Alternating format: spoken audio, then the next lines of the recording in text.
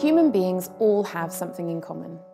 From the very beginning of time until today, in every culture, every environment, there's one thing that none of us can escape, and that's death.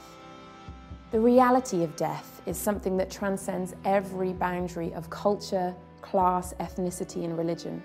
Everybody dies. There's this shroud of mystery surrounding death that mankind has been trying to see through since the very beginning of time.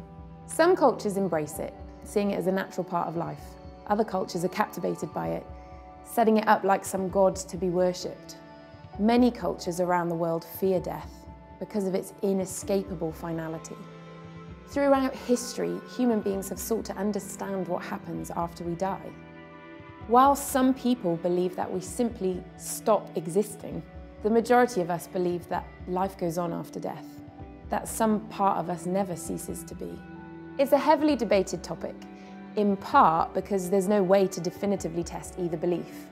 What if death isn't the end?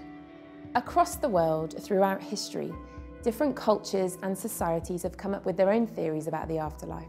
The ancient Greeks believed in an underworld that was ruled by Hades. Norse warriors believed that they went to Valhalla if they died in battle. The ancient Egyptians believed that preserving their bodies after death was key to experiencing an afterlife. The theories are diverse, but the common thread throughout these views, held thousands of years apart and over a wide geographic area, are that after we die, we don't cease to be. Some part of us goes on forever. The essence of a person, their heart, their spirit, their soul. Have you ever thought about your soul? It's not a new concept. In fact, it's part of our common language. To bear your soul is to reveal the most intimate and deepest feelings you possess. To fall in love, heart and soul, is to be completely and utterly in love.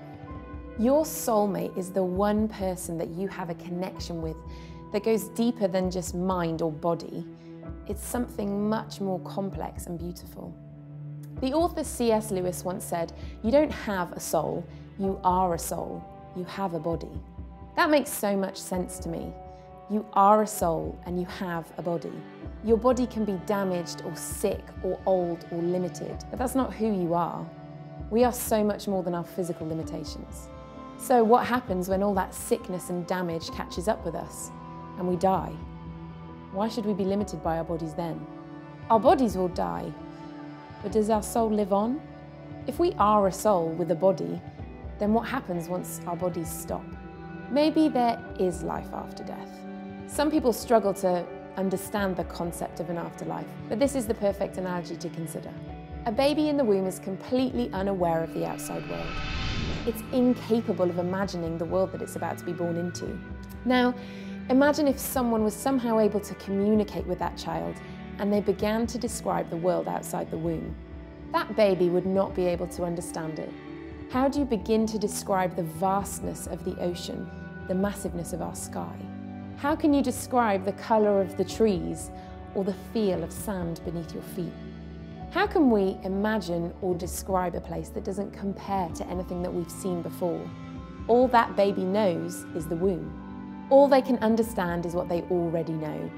But that doesn't make the ocean or the sky or the sand any less of a reality that that child will soon experience for themselves. Similarly, just because we don't understand the concept of life after death, just because we find that hard to grasp, that doesn't mean that it doesn't exist. Maybe death isn't the end.